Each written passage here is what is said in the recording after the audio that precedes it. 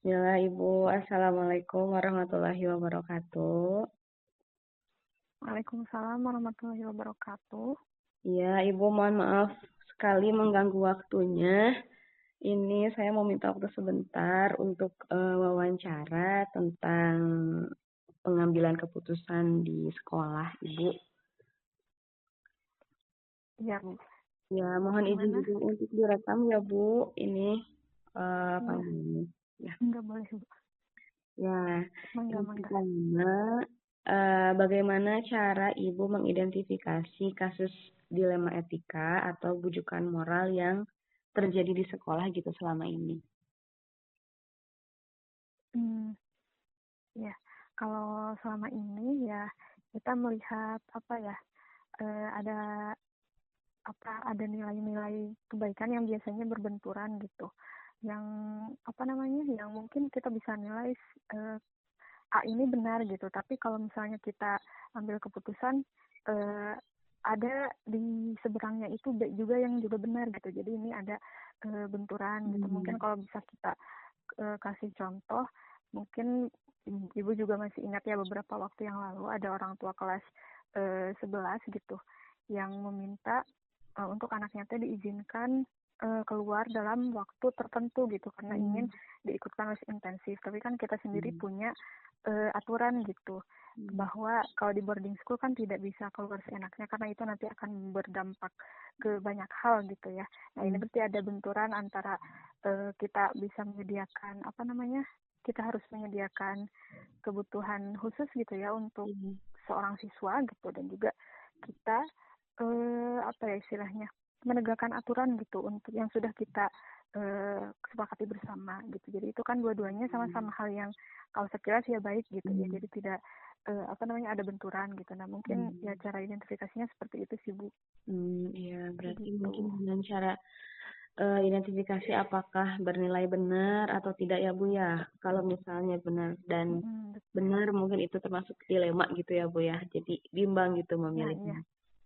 Iya, baik. Terima kasih. Ya. Ibu. Lanjut ke pertanyaan kedua ya, Bu ya. Lalu Ya mangga Bu. bagaimana Ibu proses pengambilan keputusan di sekolah? Nah, terutama ketika tadi itu ada dua kepentingan yang sama-sama benar gitu dan sama-sama mengandung nilai kebajikan. Hmm.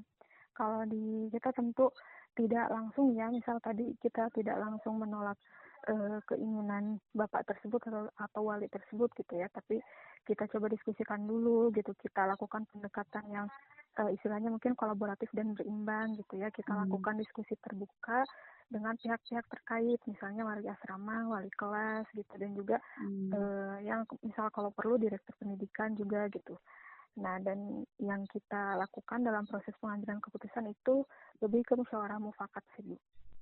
Hmm. Gitu, dengan apa namanya mempertimbangkan berbagai tadi ya nilai-nilai kebenaran, nilai-nilai kebaikan gitu yang ada. Hmm. Kemudian kita juga berempati ya, apa namanya merasakan gitu bagaimana kekhawatiran dan juga harapan kalau dari contoh tadi ya orang tua siswa tersebut gitu.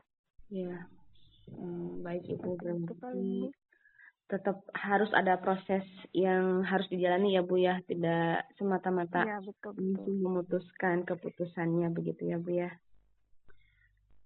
Ya. Iya. Lalu Ibu, nah dari proses-proses tersebut gitu ya yang Ibu sebutkan, yang biasa Ibu lakukan selama ini itu seperti apa ya Bu? Hmm.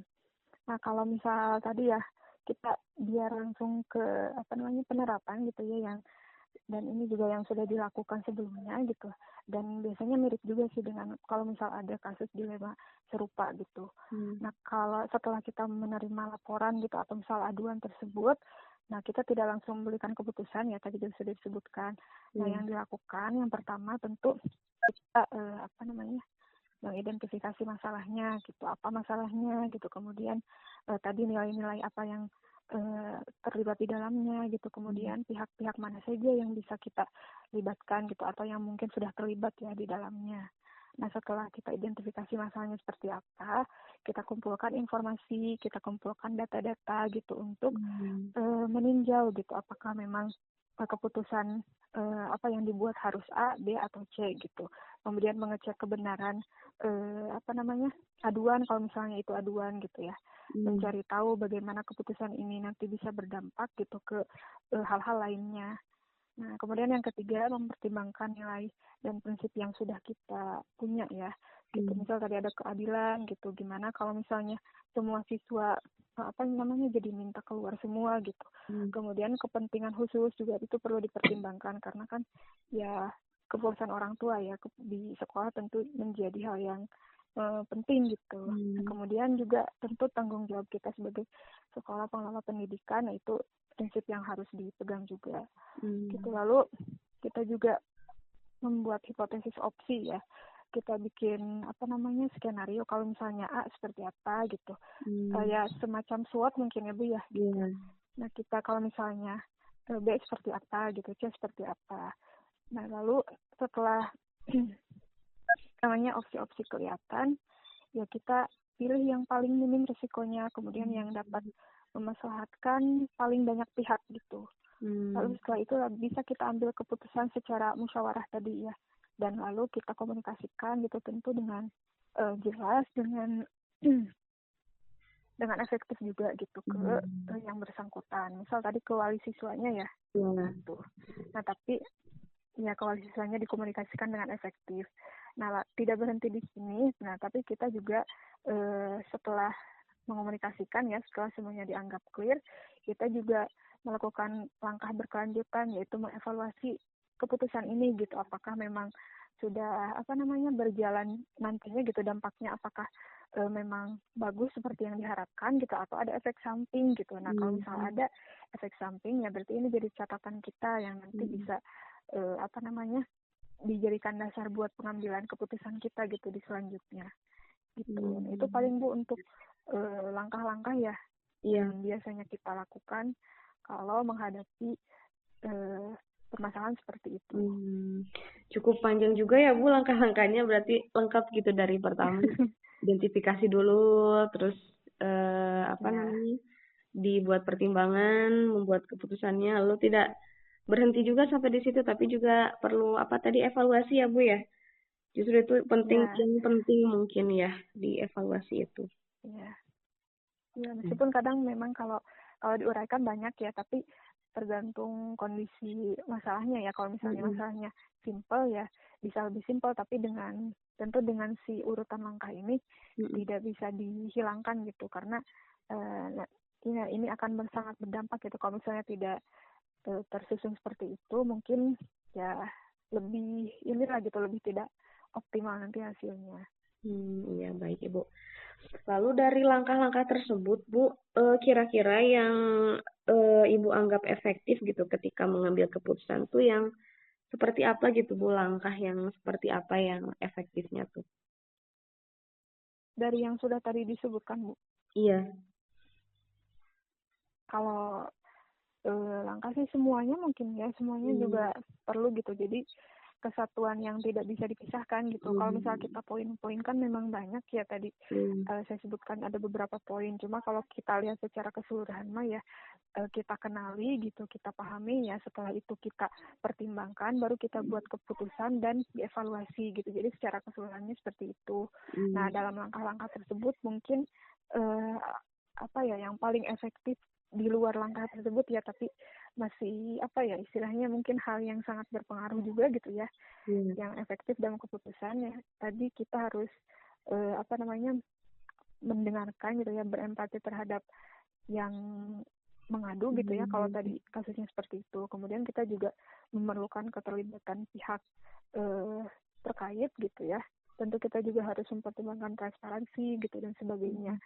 Nah, tadi juga dengan evaluasi yang disampaikan, nah itu artinya kita juga punya pertimbangan jangka panjang, dan ini saya rasa akan efektif gitu untuk kedepannya, gitu untuk apa namanya antisipasi gitu atau jadi dasar buat kebijakan yang lainnya gitu.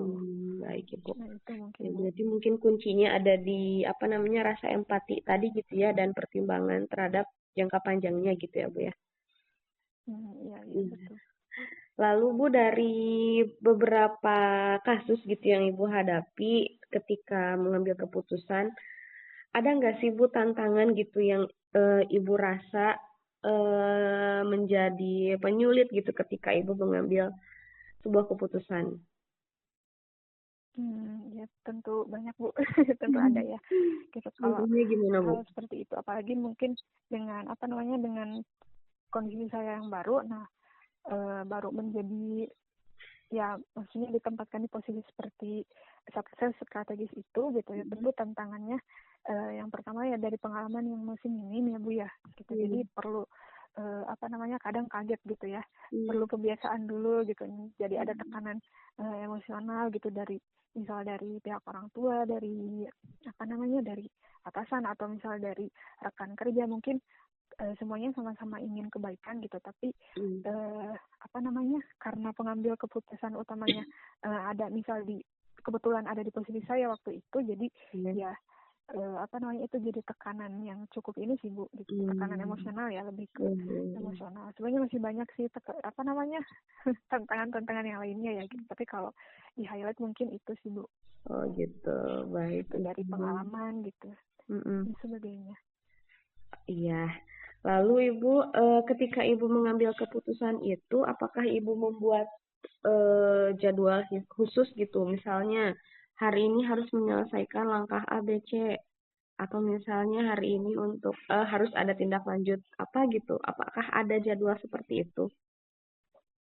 Hmm. Mungkin bergantung ke kasusnya ya Bu ya. Itu Hmm. namun tentu apa namanya kalau misal kita jadwalkan khusus sih secara secara tertulis mungkin tidak ada ya gitu. Cuma Hmm. setiap apa namanya setiap kasus yang dihadapi ya tentu kita punya prinsip untuk menyelesaikannya segera gitu. Nah, adapun jadwal kalau misalnya memungkinkan saat itu apa namanya kita kan punya jadwal apa rapat pekanan ya yang bisa kita Hmm. angkat di sana gitu untuk apa Hmm. namanya langkah tadi misal berdiskusi dan sebagainya Ya. gitu. Nah kalau secara khusus bisa perlu apa namanya perlu diselesaikan segera ya kita bisa menjalankan rapat insidental gitu yang Hmm. sifatnya ya sifatnya insidental gitu ya harus segera misal. Nah itu berarti kita berkumpul dengan beberapa stakeholder saja gitu yang Hmm. terlibat saja gitu. Nah itu bisa dijadwalkan, cuma memang kalau dari saya sendiri sih tidak ada misal Hmm. harus 5 hari selesai gitu ya. Hmm. Nah bergantung ke kebutuhan tadi kasusnya gitu. Namun untuk Hmm. yang terjadwal mungkin kita lebih ke apa ya kajian jangka panjangnya mungkin ya.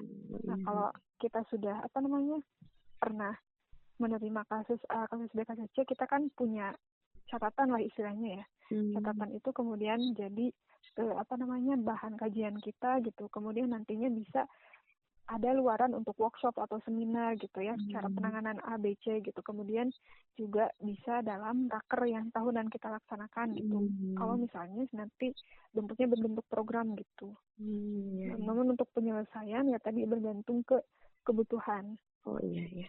Memungkinkan untuk dijadwalkan tapi tidak strict gitu, harus berapa Hmm. hari atau berapa jam gitu. Hmm.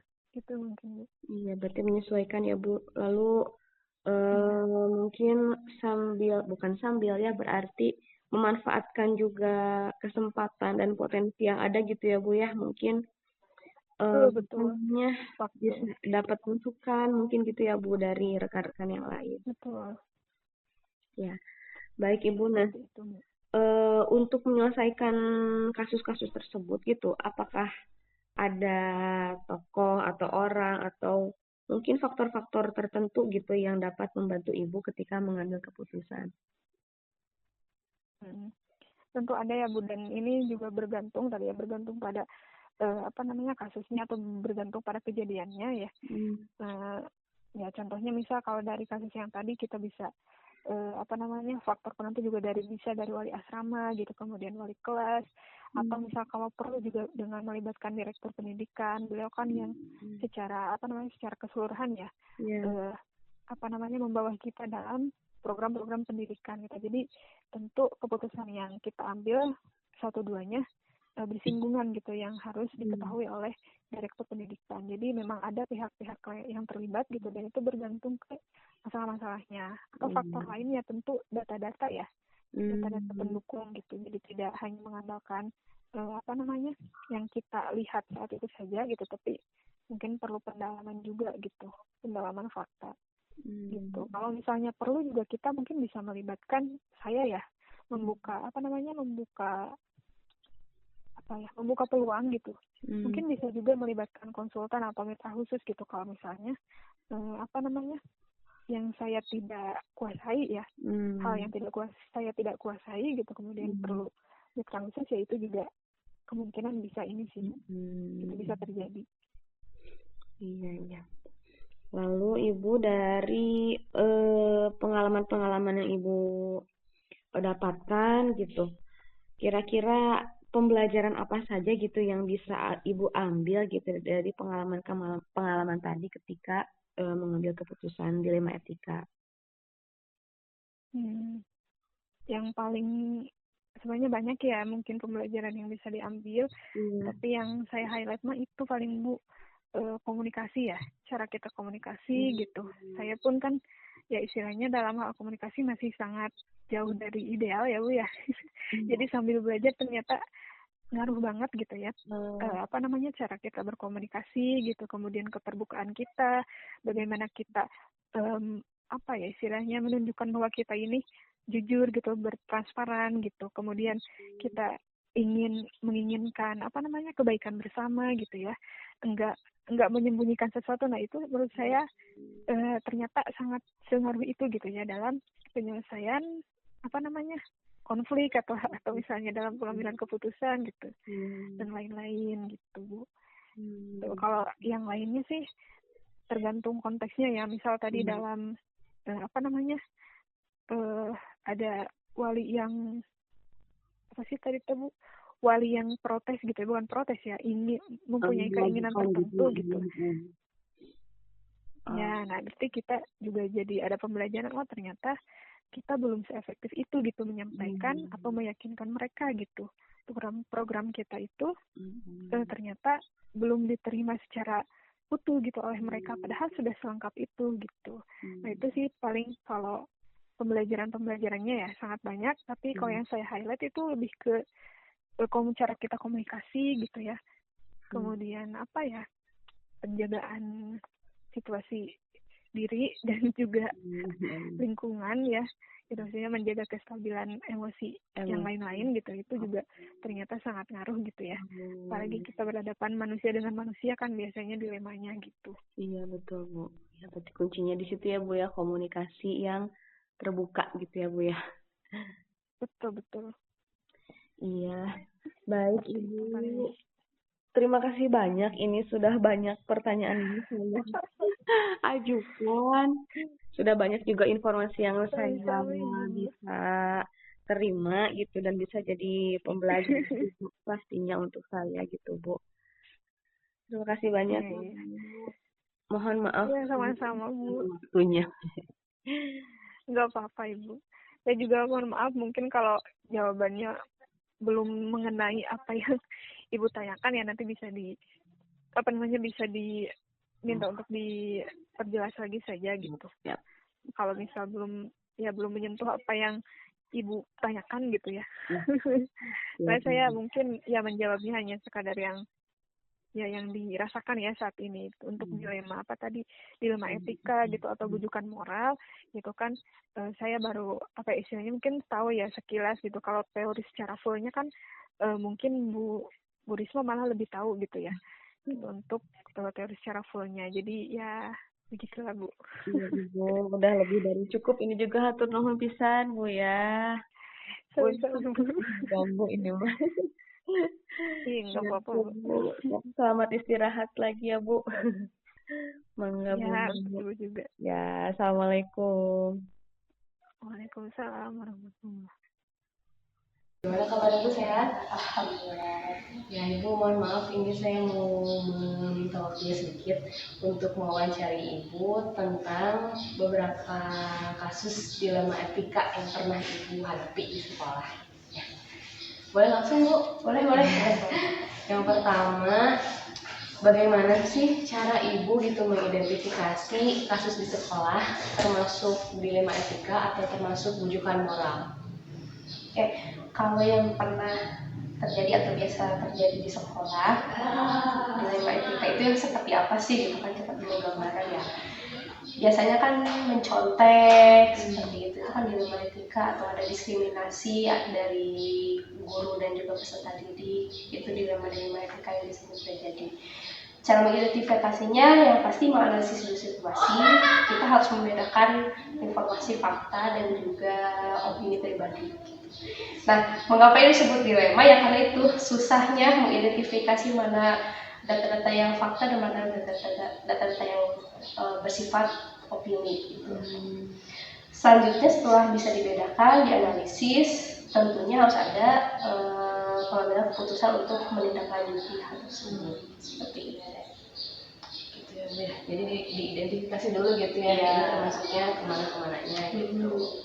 Lalu yang kedua, Ibu, nah selama ini bagaimana cara Ibu mengambil atau menjalankan keputusan di sekolah, terutama untuk kasus-kasus yang ada dua kepentingan yang sama-sama benar gitu, atau sama-sama dua-duanya tuh mengandung nilai-nilai kebajikan yang baik gitu. Yang pertama pasti harus melibatkan semua pihak yang terlibat ya. Yang kedua mencari win-win solution. Harus yang benar-benar bisa diterima oleh semua pihak yang terlibat. Yang ketiga berpegang pada nilai-nilai yang ada di sekolah, mulai dari aturan yang sudah ditetapkan. Yang kedua mungkin kesepakatan kelas mungkin ya, gitu yang paling kecil yang sudah disepakati oleh bersama oleh murid juga oleh guru. Terus selanjutnya langkah-langkah apa sih Bu yang biasa dilakukan selama ini gitu untuk melakukan atau mengambil keputusan tersebut? Yang pertama mengumpulkan informasi dari berbagai pihak, menganalisis, antaranya analisis itu yang tadi memilah yang berupa fakta ataupun opini. Yang ketiga menentukan tindak lanjut, apakah kita perlu membentuk tim untuk menyelesaikan masalah tersebut atau tidak. Yang keempat menentukan tindakan-tindakan apa yang mau dilakukan selanjutnya. Lalu setelah tindakan evaluasi sudah pasti. Setelah evaluasi kita merencanakan tindakan itu. Berarti cukup banyak ya Bu ya langkah-langkahnya. Iya, apalagi kalau kasusnya serius ya. Mungkin evaluasi itu yang paling pentingnya di situ. Iya, evaluasi. Terus selanjutnya hal apa saja yang selama ini Ibu anggap efektif gitu ketika Ibu mengambil keputusan pada kasus dilema etika terutama? Pertama berpikir kritis, ya. Harus bisa memisahkan perasaan pribadi, itu memilah fakta dan juga opini. Yang kedua ada rasa empati juga di situ, karena ini bersifat, apalagi kita di kasus-kasusnya pasti melibatkan anak-anak. Yang ketiga adalah komunikasi yang efektif. Apa sih komunikasi yang efektif? Di mana semua pihak yang terlibat itu punya tujuan yang sama. Ketika kita menyelesaikan di sebuah dilema etika ini, kita harus tahu semua pihak yang terlibat ini memiliki tujuan yang sama untuk menyelesaikan masalah tersebut. Lalu berikutnya, hal apa saja gitu yang selama ini merupakan tantangan gitu atau mungkin menjadi hambatan ketika Ibu mengambil keputusan pada kasus-kasus tersebut? Yang pertama yang pastinya tekanan waktu. Biasanya kasus-kasus dilema etika ini harus segera selesai biasanya, apalagi kalau melibatkan orang tua. Yang kedua informasinya itu bias biasanya. Tidak terlalu fakta, kebanyakan opini. Yang ketiga solusi-solusinya itu biasanya tidak bersifat permanen. Solusi-solusinya ada, pasti juga ada konsekuensi-konsekuensi yang harus dihadapi berbagai pihak juga. Berarti cukup ini ya Bu ya, problematik gitu ya, ketika mengambil keputusan dilema etika gitu. Lalu ketika Ibu menyelesaikan kasus-kasus tersebut gitu, Ibu membuat jadwal kah atau misalnya rencana atau agenda tertentu gitu untuk bisa menyelesaikannya, atau misalnya Ibu membuat prosedur atau bagaimana gitu? Oke, Biasanya ketika ada masalah, itu yang pertama pasti harus ada koordinasi di setiap pihak yang terlibat. Kalau di sini kan ada asrama, pesantren, dan sekolah. Otomatis ketiga pihak tersebut terlibat gitu, dan harus ada koordinasi. Yang kedua, pasti akan ada rapat kecil terlebih dahulu di antara kepala-kepala tersebut. Yang ketiga, kalau untuk tenggat waktu pasti kan harus selalu selesai segera. Tenggat waktunya biasanya tercipta ketika kita udah tahu masalahnya seperti apa, siapa saja yang terlibat, fakta atau opini apa yang sudah kita kumpulkan, nah baru ada tenggat waktu. Tenggat waktu ini bisa ditentukan ketika sudah ada tim yang bisa menyelesaikan. Berarti terlebih dahulu koordinasi dengan pihak-pihak terlibat gitu ya, terutama yang berwenang gitu ya Bu, untuk mengambil keputusan. Nah lalu nih Bu, berikutnya apakah ada seseorang gitu atau faktor lain yang dapat membantu Ibu gitu dalam memutuskan keputusan dilema etika tersebut? Pasti rekan kerja ya, apalagi wali kelas yang pasti akan terdekat sama anak-anak kalau di sekolah, wali asrama.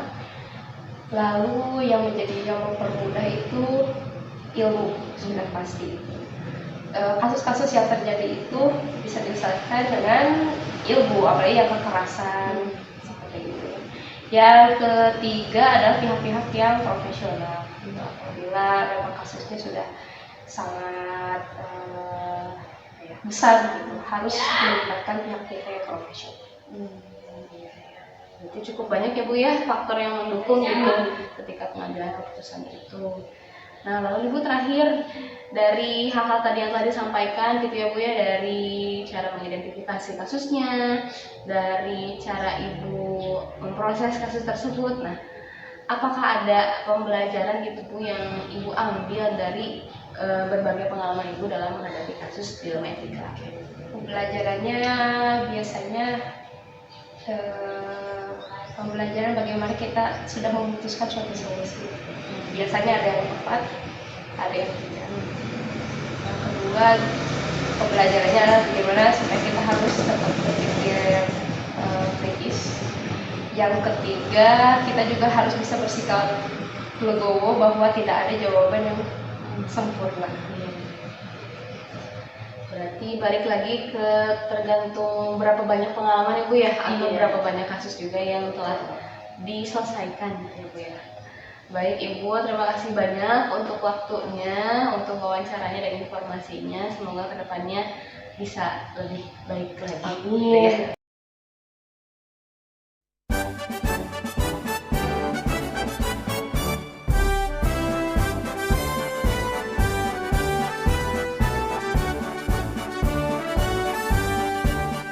Bulatkan tekad, kuatkan hati, negeri ini memanggil